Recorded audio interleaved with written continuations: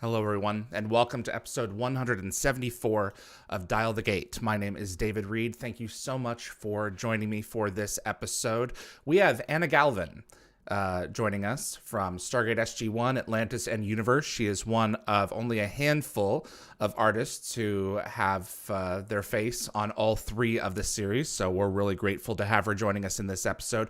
Before we get started, if you enjoy Stargate, and you want to see more content like this on YouTube, please click that like button. It helps make a difference with the YouTube algorithm and will continue to help the show grow its audience. Please also consider sharing this video with a Stargate friend. And if you want to get notified about future episodes, click the subscribe icon.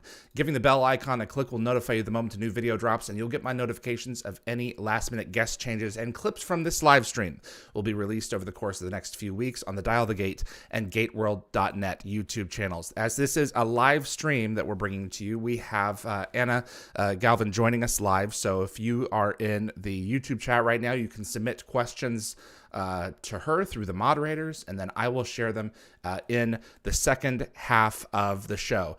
And joining us from Down Under, Anna Galvin. Hi, everyone. Hello. Thank you so much for having me on the show, David. It's a thrill. Absolutely. To talk about something that feels like a long time ago, but I do cherish it. I feel blessed to have been involved in all three of the series. How many of us are there? I think that there are technically 14, 15. It's not a large number, and it shrinks even more if you don't include stunt personnel. It's quite an elite crew. So, Ooh, yeah, it's I feel blessed. and we're privileged to have you. Absolutely. So you are East Coast in Australia? Yes, I'm in Victoria, and I'm outside Melbourne right now, right near the coast on the peninsula. Beautiful. It's a gorgeous sunny day. I'm surrounded by birds and chainsaws, actually, but I hope you can't hear them. I can't hear Yeah, those. it's good. Jeez. I'm a bit jet lagged. I just arrived. Oh, you did? Are you going to be down there for a little bit? We are going to be down here for a little bit. I do still live and work in Vancouver too, but my daughter's at university here, and we're going to try and split. My family's here. We'll try and split some more time here. Okay. Very cool. That's great. I'm really eager to talk about your body of work. How old were you when you knew that this was what you wanted to do for the rest of your life? Oh gosh, I actually didn't know you were going to ask questions like that. I was 5, but I didn't have the. I remember distinctly when I first started thinking, this is for me. I think I was a pretty shy kid. I was a very tall little girl that everyone thought was a boy, and I was. In any case, I felt quite self-conscious and not particularly confident until I was in the first theatrical production I did, playing a doll in a toy shop on stage, and they turned on the stage lights, and I looked up into it wasn't an audience, it was just a rehearsal, and it felt like home. So Wow. I harbored a dream for a long time. But I Wow. didn't talk about it much. I just did all the theater I could possibly do. I fantasized about being on TV or in film. I didn't dare mention it to my parents much. I think they were nervous that I was going to follow that track. And I did 2 university degrees before I ran off to join or to audition for the Oxford School of Drama and prove to everyone, this is where I'm meant to be. This is what makes me happy. This is what feels good. Was there It still feels good. at any point in after you left, I'm curious about this, where you went against expectations, where you said, oh my God, I've made a mistake? Oh my God, of course. Yeah. But well, to tell the truth, no, I kept procrastinating because I said when I went to London and I'd won 2 tickets overseas. Anyway, long, boring story. But once I'd left drama school, I was in London. I thought I'm giving myself 2 years. Okay. If I'm not in a movie within 2 years, I need to go and get what everyone else called a proper job, but didn't feel like a proper job to me. It wasn't feeding me. Right. So, and I did at drama school. I thought, I'm not going to do commercials. I'm not doing television. It's film and theater for me.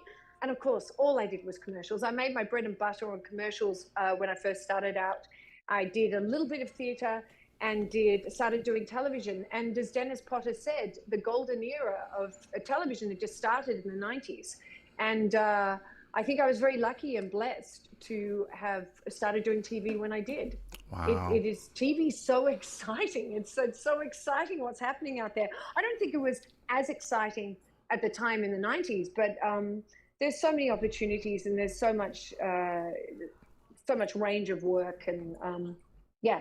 I think we're in the golden age of television now. There's just something, I could be wrong, but the storytelling is of such a caliber these days with shows like Yellowstone and Better Call Saul and a lot of these other dramas, and including science fiction as well with shows like The Expanse, which I have not seen yet, but I hear everyone talking about. I think that this is a real time to jump on that train on all different facets, from production to just viewing. So it's really cool. Yeah, exactly.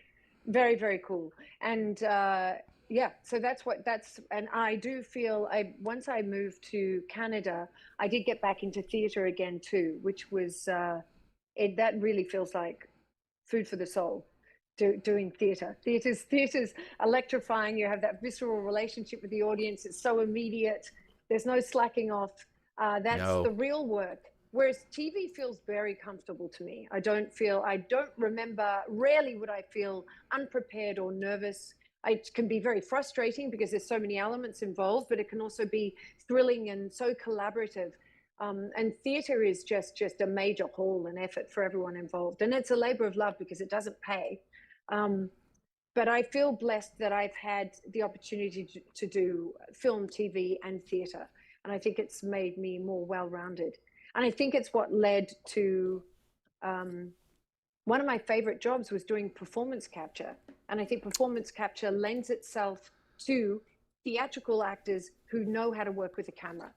Wow. It blends the two disciplines very well. Were you doing performance capture for characters that you were creating, or were you assisting with other voice work for other performers and merging it together?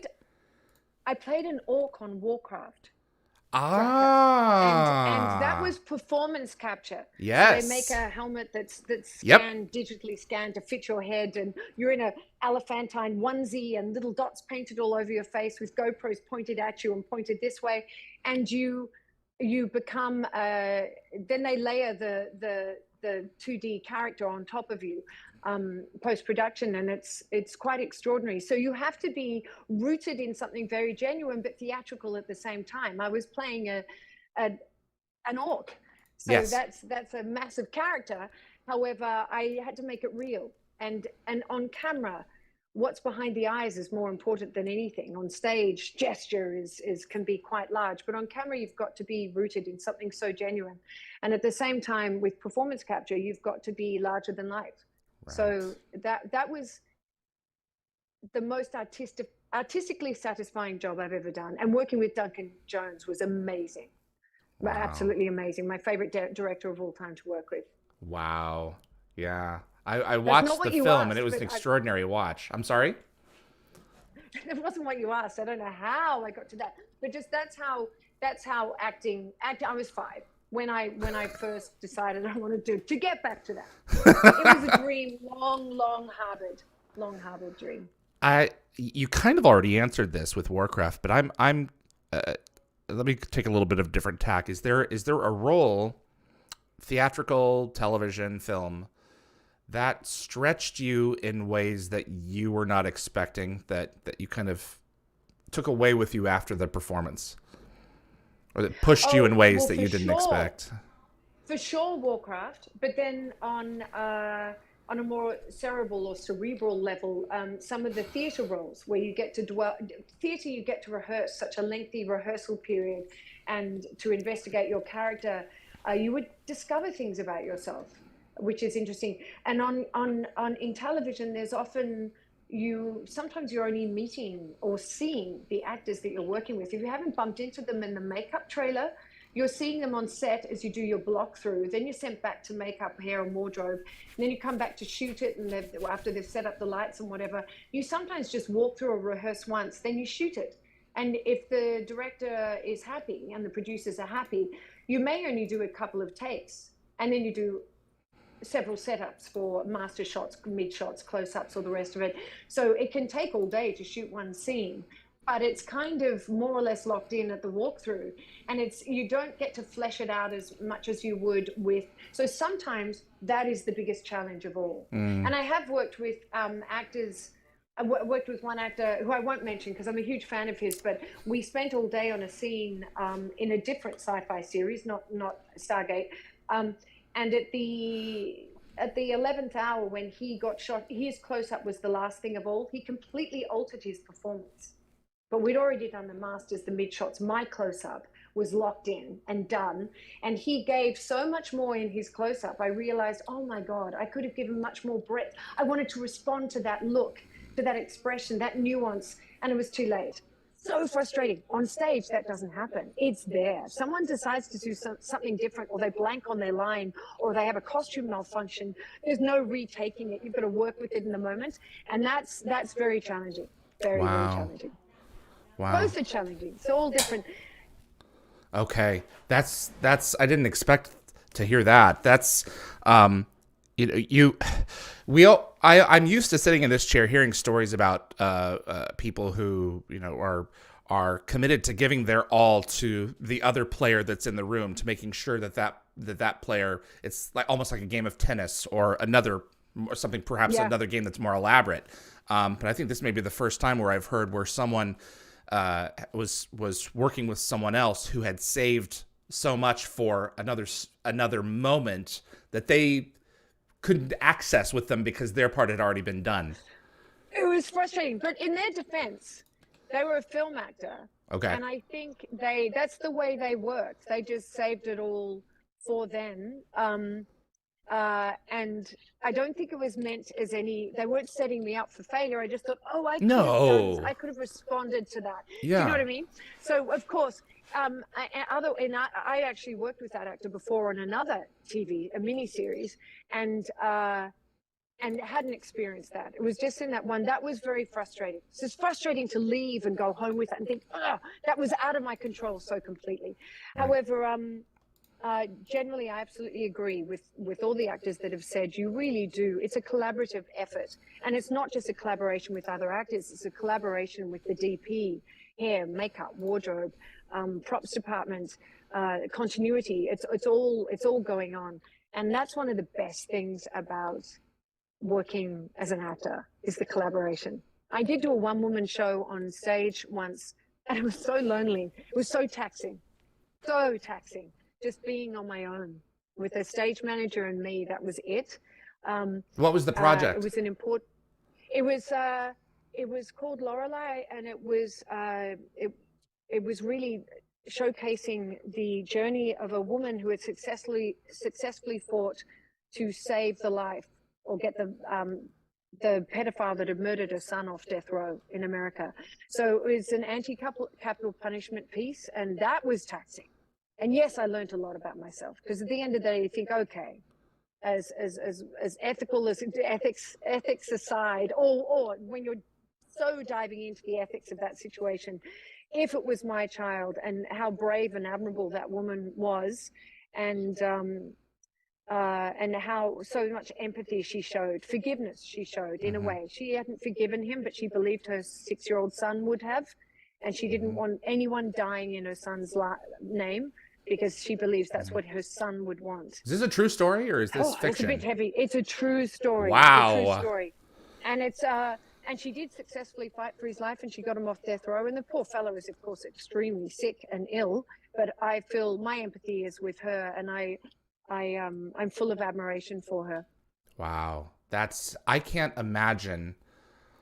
I can only imagine. None of us. Accessing a part of myself to go down that emotional road in front of an audience 1 or 2 times a day for 6, 7, 8 performances a week. How long did you do that role?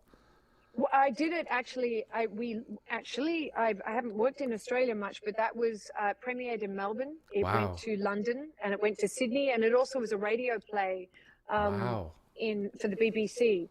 So it was preaching to the converted, because of course there's no capital punishment in the UK or Australia.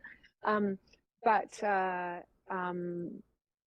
yeah, it felt very important. It felt bigger than me. And my mantra was terrifying to do, absolutely terrifying to do. And I had a mantra before I performed, because I'd be shaking like a leaf. I'd say, this is bigger than me. This is her story. Tell it well. Do her justice. And do the little boy, Jeremy was his name. Do them both, Lorelei and Jeremy, justice. Wow. And so that made it easier in a way to do. Tell us how you got involved in Stargate SG-1. So your first episode. So I think it was Clark and Page Casting, who were fabulous casting directors in Vancouver. I think they cast me in all three of them, and then maybe the executive producers must have liked me because to have been cast in, which is nice. I'm very grateful to them. Just auditioning in Vancouver. When I moved to Vancouver from Los Angeles, I'd already worked there before, and I'd already done a sci-fi series. In fact, my first few gigs in Vancouver were all, I would be flown up as a guest star, or I did a series called The Sentinel years ago as one of the leads, and I was always doing sci-fi. It just felt like it was the home of sci-fi. Every time I went there, I was doing sci-fi, and I did a lot of sci-fi in Vancouver. And I auditioned. The casting directors there are great. The community's great. Fabulous place to work, and it was through auditions. That's how I got them. Okay. This is an episode called Collateral Damage. It is really one of the first stories to show off Ben Browder, our new lead in Stargate SG, co-lead, if you will, in Stargate SG-1, where we get an episode of that he can emotionally really sink his teeth into, and over the really crux of the story is that you have been murdered. And we have to attach him to this device which can play back memories, and they think that he was the one responsible. Tell us about your journey, though brief, as Reya Varrick. Well, yeah, I am bludgeoned to death right in the opening scene, and some memories have been planted in Ben Browder's character's psyche that belong to my husband, who has bludgeoned me to death. But spoiler alert! The technology. Oh God! I'm kidding. I'm totally kidding. I'm kidding. Yeah, this is a long time ago. Right. Ben is from Little Rock, Arkansas, and so charming, and has the most exquisite accent that he has to cover up. He's got like a Clinton. I've worked with three actors from Little Rock, Arkansas, and is hands down my favorite accent, North American accent. He sounds it just sounds very charming to me. He was so delightful and so handsome, and I remember him talking about what you were saying. I remember him saying how it was an emotional role for him. It was more meaty and fleshy, that he really had to tap into something on a deeper level. I recall that. And he was great to work with. It was early in the piece for him, wasn't it? He was quite new to the show. I remember that as well. And Warren Kimmel played my dastardly husband, and yeah, it was a great experience. I remember the bludgeon to death scene being shot at 3 a.m. It was so late. Whoa, that's late for the show. That's late for them to do that. Were they behind or? I think so, because that was unusual. That was really unusual. And then what happened the next day, I was meant to go to Victoria. My mother-in-law was having a party, and on the island in Vancouver. So we were taking a ferry at the crack of dawn, and I got lost driving home.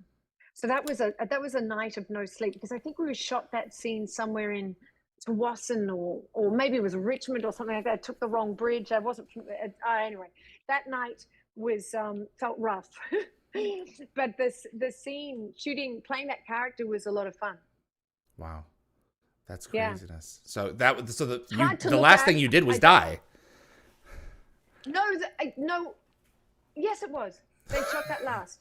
Yeah, because I went to Victoria the next day. You're absolutely right. They saved that to the end, and I remember them saying we're going to be MOS, which means without sound, so you don't need to screen and because we did, I remember doing ADR for it where I had to do stuff on top of what I'd already done on the night. But in order to get, I just said, I'm just going to go for it. Yeah. That was another morning where I woke up with no voice. Oh, gosh. Screaming, bludgeoning, crawling along the ground. It just helps you get there to just emote and vocalize. Would you say that's your most violent death on film? Oh, there was one. What was the series where I got injected in my eyeball? No, I was injected. Sorry, it wasn't injected in my. I was injected, and so I was paralyzed. But then they wanted the cat, and this was also at 3 a.m. 3 a.m. in the morning. I'd been injected. It was what's that thing called? The Superman thing. Smallville, Littleville. Oh, Smallville. And wow. when my character dies, I'm Lex Luthor's secretary or something like that. That someone injects me, I'm paralyzed, and I can't remember how they actually kill me, but I know that the director wanted the camera to zoom in on my eyeball. So I don't know how if you've ever played dead, but not blinking, which you've got, it felt like 4 hours, but it was only a few seconds. But I had to be paralyzed, be suffocated, I think. Wow. And then have the camera pull around. But a 13-year-old kid had taught me just about 3 months before how to win in a blinking game, how not to blink.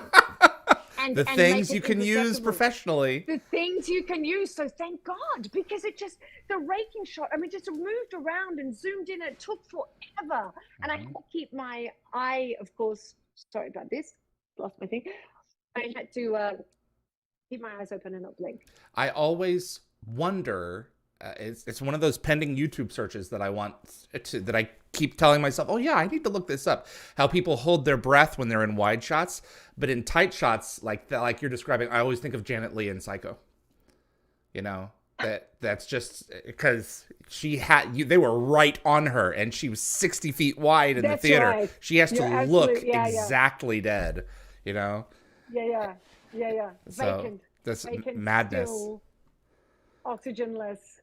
Yeah, and not going purple in the face. Right. Because you can, even on stage after a fight scene where you've got to lie on stage dead, you will see the performer's chest rise and fall because they're actually exhausted. Yeah. But particularly if it's at the end of a fight scene.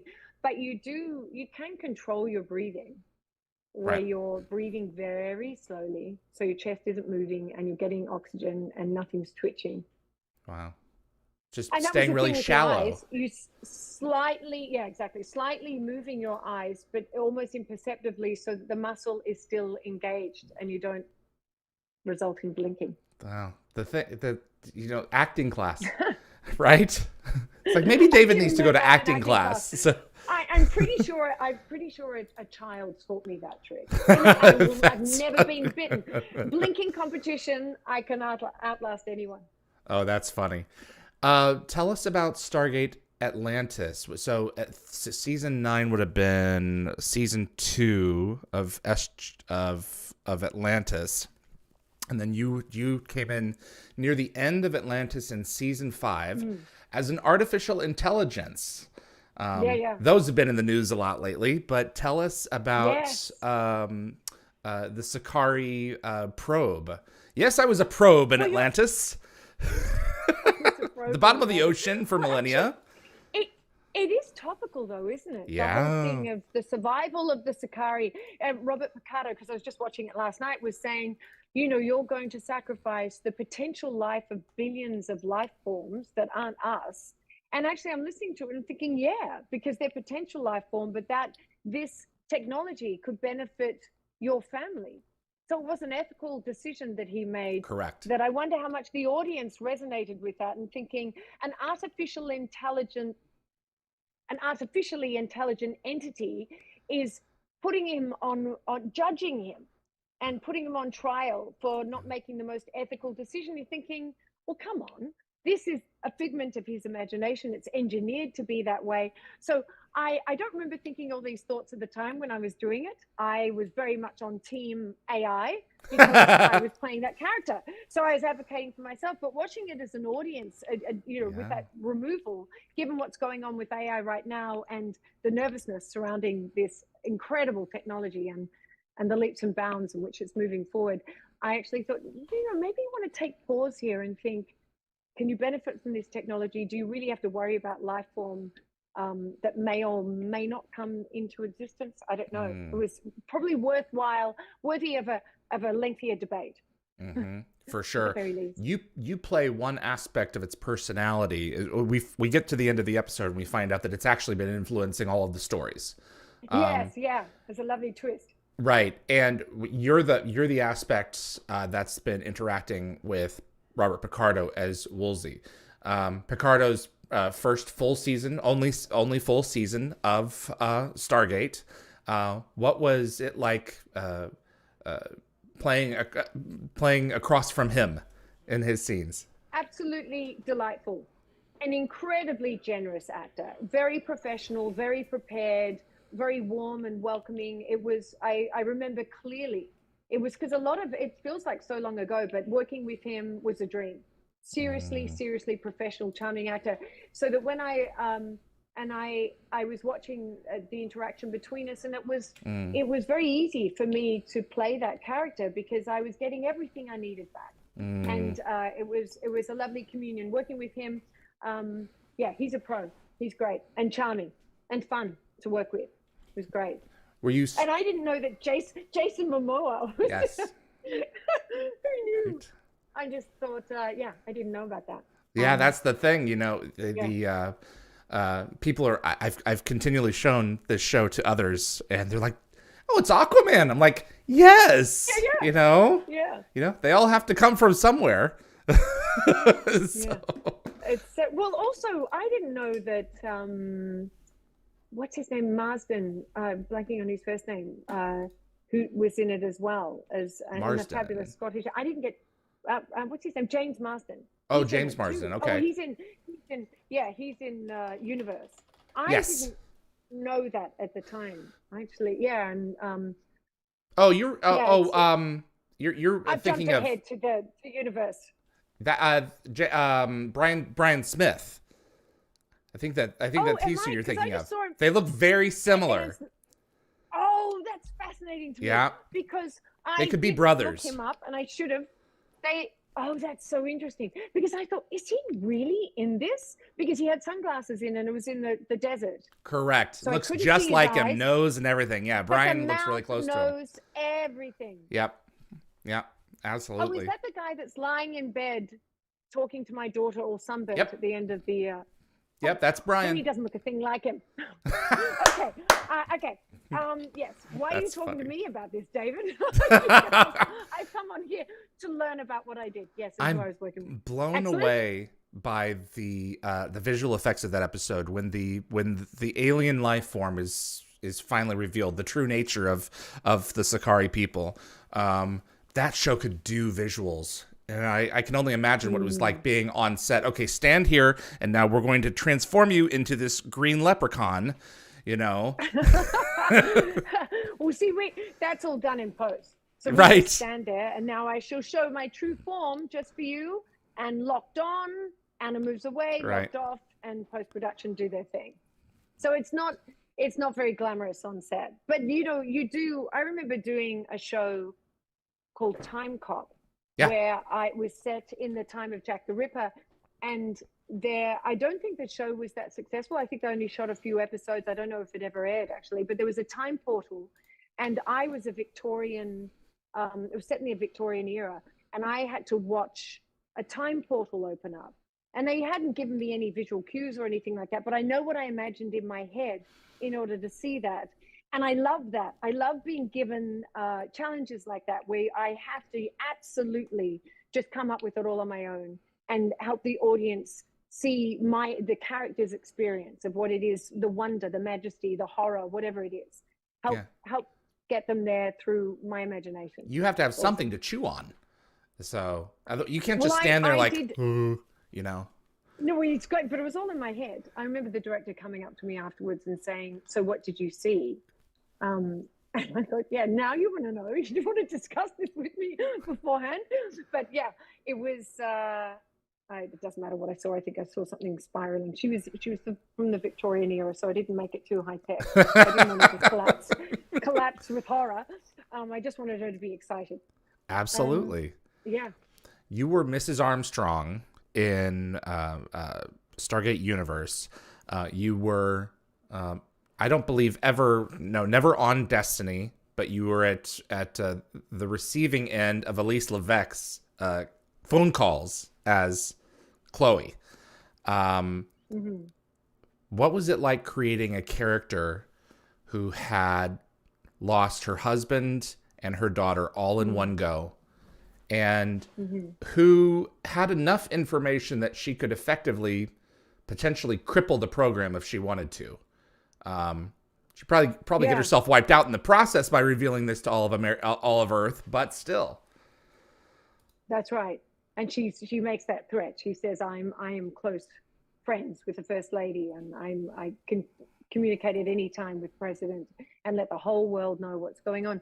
But I think actually the actor that I was married to, I'd worked with him before. Christopher McDonald. We'd worked in family law in LA a few years before, so it was fun. He was hysterical to work with. He's a very funny fellow. So it was fun to hook up with him again.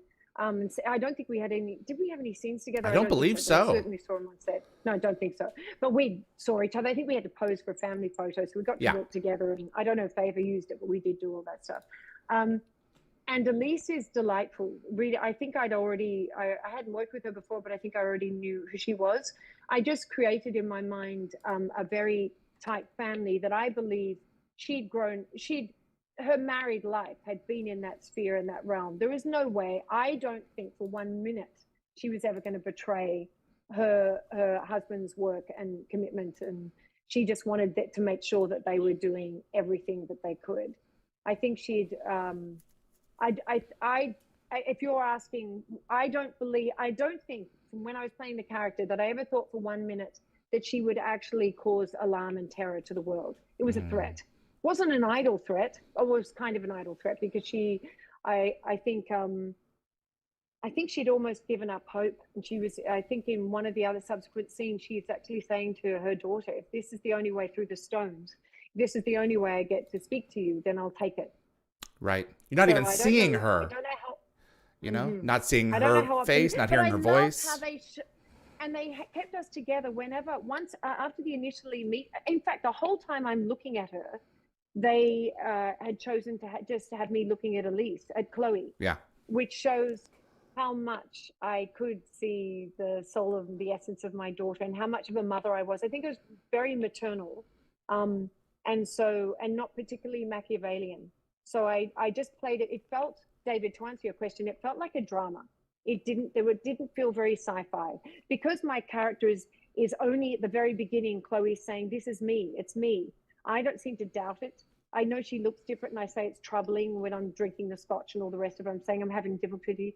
Really, I'm just predicting that I'm about to be given some horrific news, and it felt very much like a drama doing universe rather than a sci-fi. Except there was an episode. Isn't there an episode where I see Chloe in a water tank? Or I'm in her dream. You're in her imagination. Yeah. Yeah, I'm in her imagination. So that felt sci-fi. I bet. Yeah. That's the thing that I love about Universe is that it is so much more grounded in reality. And some people resented that. I loved it because it felt more like real life, and the people felt more like you could reach out and touch them. Whereas SG-1 in Atlantis felt further away, just by the nature of the storytelling and by how it was shot. I could see that it felt, you could feel like it was like a domestic series, but then the elements that they pulled into it from the outer reaches of the universe, I think, were all the more compelling as a result. There's been a lot of back and forth in my particular fandom about Earth-based episodes and interplanetary episodes, and not everyone likes both. But this show is a real melding of that, because that was their only way to get back home was through these devices to communicate with their loved ones. And, you know, I thought it was a great evolution of the stories of the show, because they had they had created that technology 2 series ago, and we're now using it in this one. Just great storytellers. Oh, I didn't know that. It's a fantastic device. I think. And so in your opinion, was it an unpopular device? In the show, it was because in SGU it was because it took more a domestic take on the characters rather than the fantastical take on the characters. Yes, instead of like at SG1, home and back into reality. Right. Instead of on SG1, they would get into their cars at Cheyenne Mountain and drive home and deal with my dad who has cancer. They'd have to plug into these devices to connect with home and deal with mother who's just lost her husband. But I think that's how the juxtaposition between the two is what makes it so relatable, is because they're not locked away in the 24th century on some ship. They're relatable, flawed human beings who haven't, figured out all of their weird human issues yet. And they're in the here and now. And that's what makes Stargate what Stargate is. And more accessible, I suppose. And Correct. Was it, in your opinion, no, I'm interviewing you, do you think that was an evolution of the series, of the whole franchise, that it just became more sophisticated and that's an advantage of more just accessible at the same time? Right. The sophistication part is just the advantage of them having done 15 seasons of television before they had gotten to Universe. The other part of it was that Brad and Rob wanted to do something different. They had done a more action-oriented show, and they were wanting to do something a little bit more drama-focused and gritty and real. And not everyone can just turn on a dime and follow that. A lot of fans have discovered SGU since and have fallen in love with it, and a lot just are not a lot, but some are just like, this one is just not for me. So it's not for me, right? Yeah, absolutely. I wonder if Rob was cutting his teeth on drama in preparation for Unspeakable. One thing leads to another, for sure. Yeah. What a great miniseries. Tell us about getting involved as Dr. Matthews in Unspeakable, which is about the tainted blood scandal in Canada during the AIDS crisis. Yeah, which I was not aware of. And I was just asking my sister-in-law about it just before this interview, saying, were you, because she was studying medicine at the time. Well, not really, because the tainted blood scandal maybe started in the 70s, did it? And bleed through to the 80s, all the way through. So she would have been a kid in the 70s.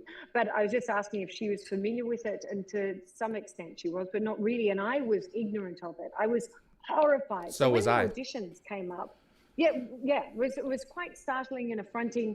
And I read for the role, and when I was cast in it, I had access to reading all the scripts, the entire miniseries, and I was gutted by it.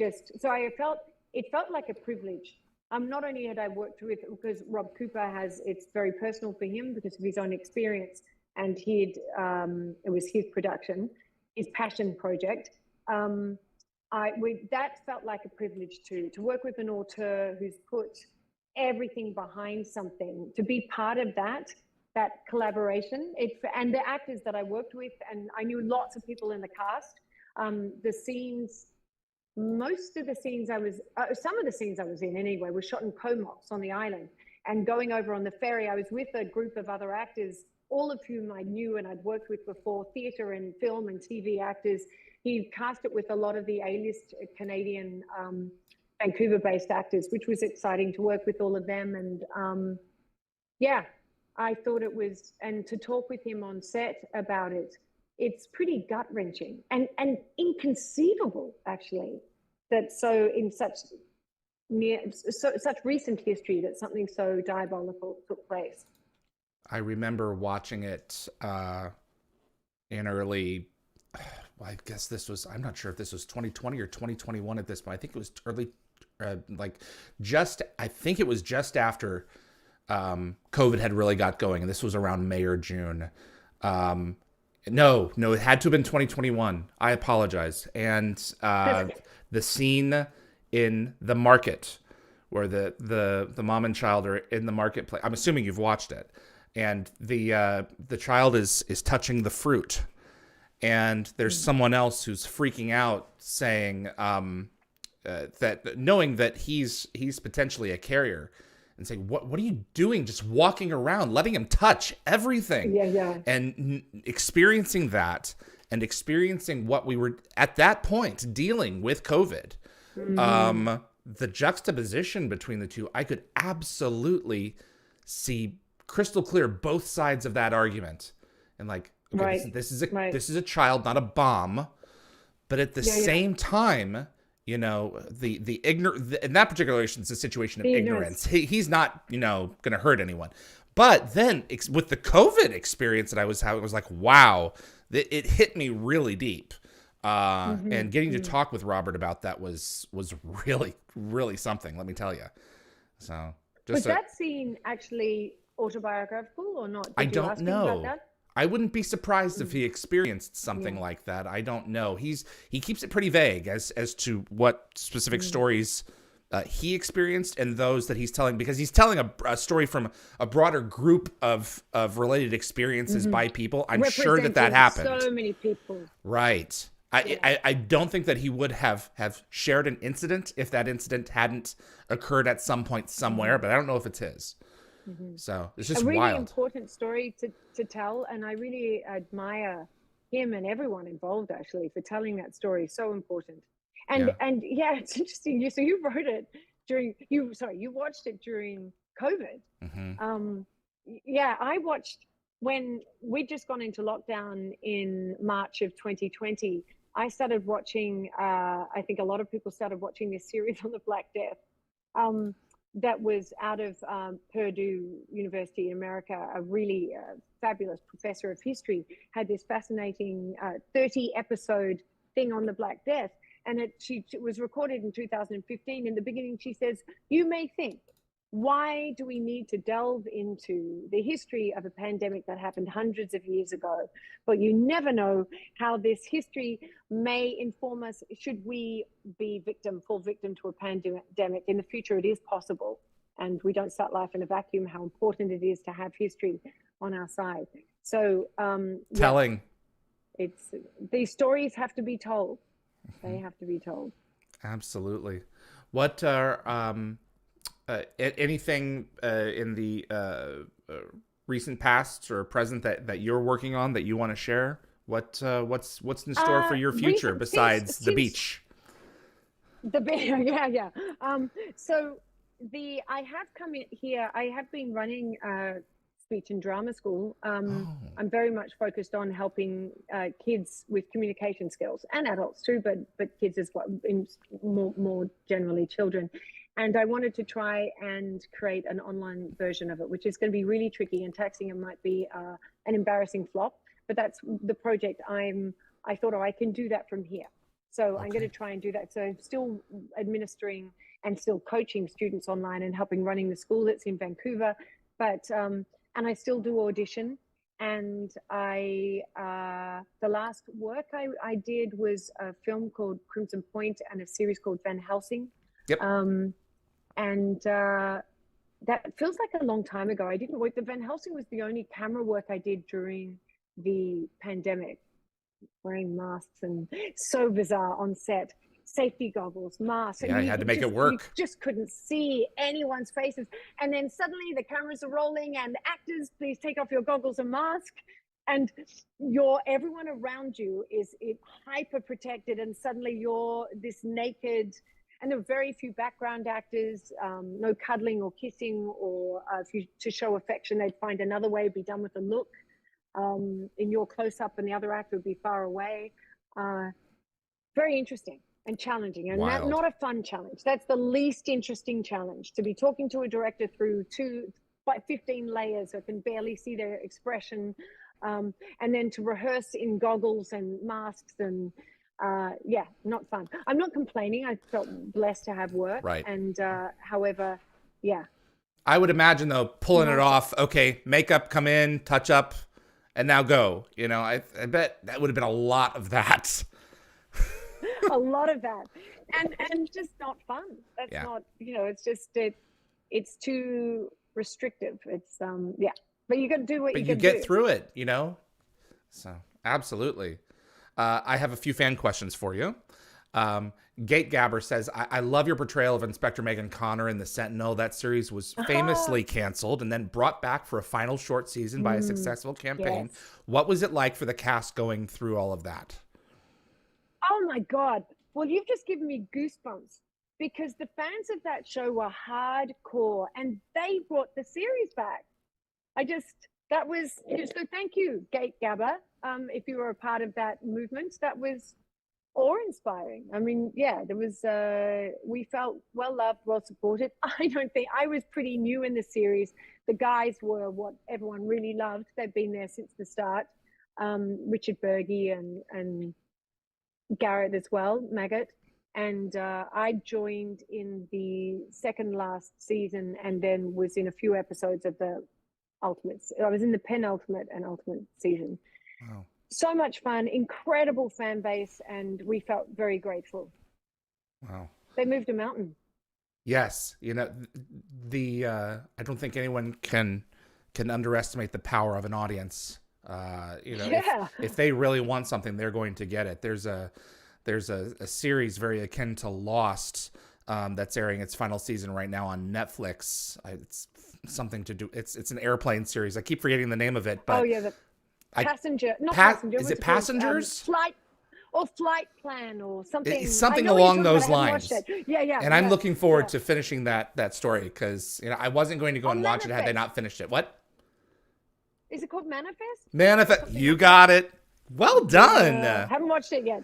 Yeah, I'm looking forward to seeing it. But you can never anticipate how a show is going to be received, and canceling it beforehand is not always the right call. So some of these do need to be put down. Let's be perfectly honest. But others, it's like there's an audience there that wants to see the finished product. Yeah. So that's cool. Yeah. Lockwatcher and go ahead. No, go on. Yeah, Lockwatcher and the one with the many Z's says, you played in Stargate, all three.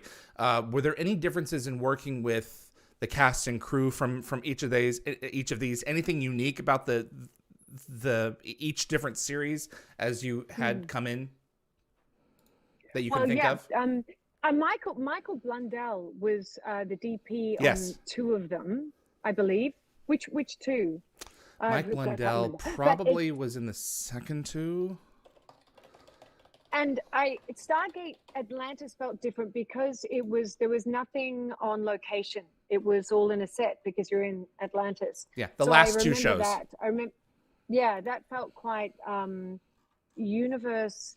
I remember going in my character had a lot of money, so we were shooting in First Shaughnessy, which is the Beverly Hills of Vancouver, in a massive house, and then on set as well.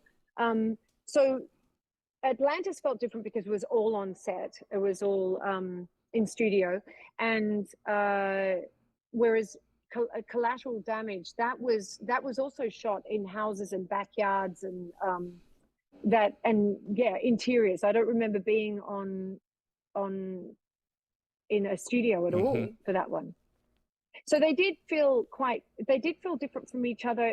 To speak to your point before, David, Universe felt very different because it was dramatic and accessible and relatable and sort of less sci-fi. Mm-hmm. Teresa, and Atlantis felt more progressively dramatic because also Atlantis for me was a lovely character to play. There was a lovely journey for the character to go on there, because I was deceiving him, but playing someone so kind and warm, and then you discover I'm artificial intelligence. Mm-hmm. There's a lot to mine from that character, really. I mean, she is an ambassador for a civilization, so you have to you have to give her a certain amount of slack for when she makes a decision, because it's like, this is not a self-centered choice. This is one being done on the part of a whole society that could be born. So very interesting take. That's her MO. That's all her purpose. That's all she's got. Yeah. Yeah, crazy. Teresa MC, do you personally prefer drama or comedy as a performer? Oh, drama is so much easier than comedy. Comedy is fabulous when it works. It's really hard. Comedy, I don't think I have done a bit of comedy, and I've done comedy on stage and on camera. And it can be the most rewarding when it works because it's so much fun. And who doesn't want to make people laugh? Right. Drama's much easier, much easier. Yeah. Timing. The material's got to be good. You've got to be talented. You've got to have someone to play off. There's so many things that could make the joke fall flat. The editing, it's out of your control. In comedy is the trickiest of all. Comedy is much quicker, I would imagine. With drama, you have to suck someone in and pray that you're interesting enough to, invite them on a journey with you. Yes, you've got to be captivating, and you do. And sometimes you're not in control of everything, and you just have to, that's part of the collaborative side of it, that to some extent you've got to relinquish control over the impact you're having on the audience. Your job, yes, you try to be captivating, be genuine, be funny if it's a comedy, and be real always on camera. Even when you're doing comedy, it's still rooted in, you've got to believe. The stakes are higher in some ways, but it's still real. Right. Absolutely. Or else it won't work. You've talked a lot about real life adaptations of things that you've done from events from real life, and of course everything else from that is fiction. Is there a different weight to them, or as a performer do you take them the same way, or is it more like, this actually occurred in the back of your mind when you're executing one that has? I think that's a great question. I actually feel a sense of purpose and responsibility when it's real. And if it's a controversial topic, as Lorelei was, and then something as tragic and important that it must never be repeated as Unspeakable, you feel it's not a burden, it's a responsibility. And so I think they do feel different. Wow. Fiction, you have more breadth to play. Where Sure. I just feel like I feel a responsibility in when it's real. And finally, Alex Kilpatrick, you've had a chance to work on a number of different sci-fi spaces. Having played multiple characters in various different genres, what's your favorite thing about sci-fi? What comes to mind is playing Draka in Warcraft. I just loved the escapism of performance capture, the freedom to not worry about my hair and what my face looked like, how many wrinkles were showing, how many freckles were showing, how much weight I'd put. Do you know what I mean? It was all about the performance. And then however they wanted to make me look, I was free of all of that. They used my face and my musculature and my expressions and layered a character on me. So it's still me. I would say that's sci-fi, to be able to do that. That genre is actually fantasy genre. It's still in the same ballpark. Well, yeah, it's. I remember in an interview, Toby Kebbell, who was I was working alongside, saying it's not sci-fi, it's fantasy. But and he's right. But sci-fi for the same thing. Just also the realm of potential. Talking about AI, let's explore this. And they were doing that decades ago, I think. And I think it's good to explore potential and positive possibilities. So sci-fi allows us to do that. Think outside the box. Go big and bold. Drama, theater, while keeping it real and relatable is a big part of what I love about my job. And sci-fi gives you that on a grand scale. Pamela asked very last minute here. She loved Tin Man. How was it being in that miniseries? And I don't know what this means, but why wasn't the character you played given a real name? Do you know what that means? Lavender Eyes. I was called Lavender Eyes. I love your question, Pamela. I asked the same question myself. That director I'd actually worked with on a commercial in London years before, one of my first gigs. And we didn't recognize each other's names when he cast me in the role. I remember him walking up. He wanted to meet me at my house. I had to fly back from Australia actually to play that role. And I remember him walking up the garden path at the front, and I was standing at the window, and we both looked at each other and went, so we recognized each other, and Nick Willing, I believe. And he said something about my eyes and was looking at my eyes. It was one of the first things out of his mouth. And I said, yeah, because that's my name, right? Do I have another name? I remember asking that. I don't remember what his response was. It was all about the lavender eyes. And the contact lenses that they put in my eyes, I have blue eyes that made them look more violet. Uh-huh.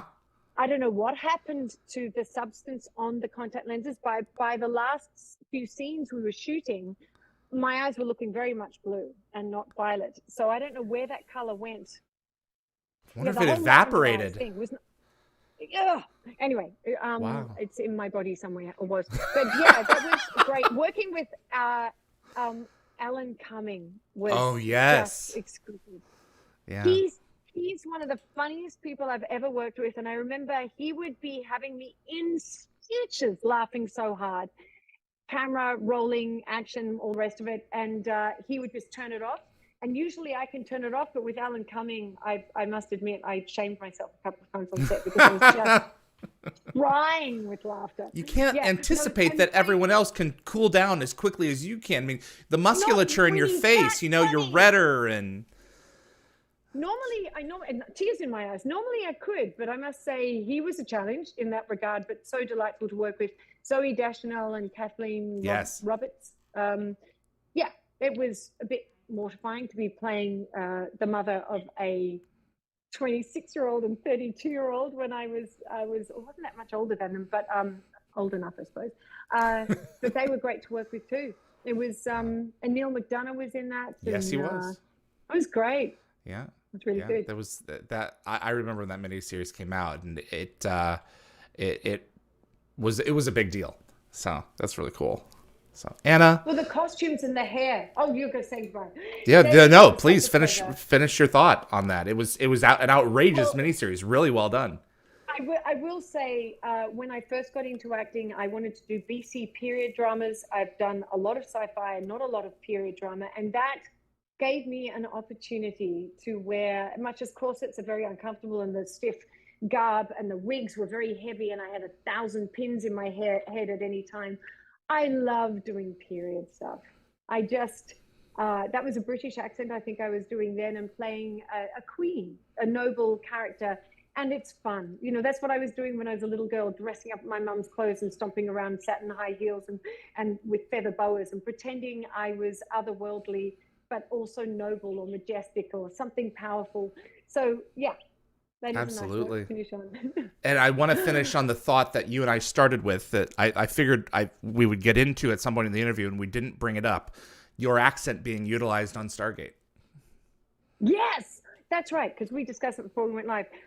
That was a treat to be reminded in the links that David sent, that I was using my natural accent on 2 of the series. I've only used my natural accent about 5 times in my career. So I'm very grateful to Stargate for allowing me twice to be Australian.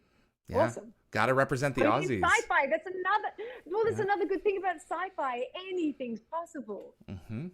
Yeah, absolutely. Right. There have been many circumstances where, people have come on, and I know Janina Gavankar, she's Indian, and her character Dusty on Atlantis, I can't remember her last name.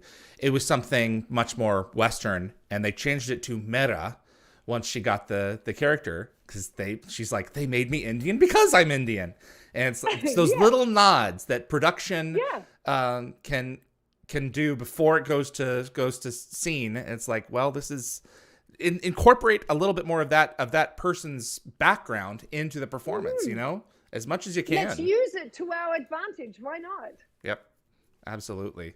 Anna, this has been a treat to have you, and I'm so glad we were able to reschedule and sit down with you. I'm so glad you're in the sunshine and it's beautiful there. Get away from the dreary, North America.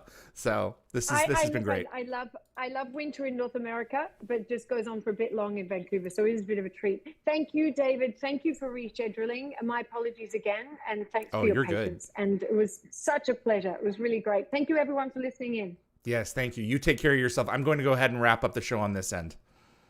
Okay, thank you so much. Bye-bye. Bye-bye. Anna Galvin, everyone, from Stargate SG-1, Atlantis, and Universe, her 3 different parts. Absolute treat to have her on, and I appreciate you tuning in. This is the latest episode that we've done during the day, so I appreciate my European audience who's stayed up to watch, and thanks to everyone who has made this episode possible. My appreciation goes out to Anthony and to Tracy, the mod team, for making this one happen, as well as Summer, Jeremy, and Reese, to my producer, Linda Gate-Gabber-Fury, and to Frederick Marcoux at Concepts Web, who keeps dialthegate.com up and running. If you enjoyed this episode, please consider giving us a like and sharing this with a Stargate friend. We've got quite the lineup coming. This week we have Tor Alexander Valenza, writer and story editor of Stargate SG-1, joining us Wednesday, February the 27th. Next weekend, we have actor and Asgard puppeteer Morris Chapdelaine and actor Glynis Davies for her roles as Catherine Langford in SG-1 and as Eli's mother in Universe, another person at the other end of the Stones. And I'm pleased and privileged to announce that Google's AI lead advocate, Lawrence Moroney, is going to be joining myself and Robert C. Cooper for a discussion on Stargate and artificial intelligence, Saturday, March the 11th, a little bit less than a month from now. Followed that same day by an experimental episode, Jack O'Neill, AI chatbot Q&A. You can tune in live and ask Jack a question. I've been working with Evie Cahill on this interface, and I think we're ready to go. So if you want to talk to Jack, an AI chatbot of him, join us live on March the 11th at 2 p.m. Pacific time. We're going to do our best to make that happen. The time actually may change. I'm just putting a pin out there to make this it possible for us to begin the process of scheduling it. She and I, 95% her, have been working on a chatbot based on Jack and getting the personality and everything else out. So this is going to be very interesting. Let me just put it that way. Thanks again to Anna Galvin for joining us this episode. I appreciate everyone out there for continuing to share the show. And my name is David Reed for Dial the Gate, and I will see you on the other side.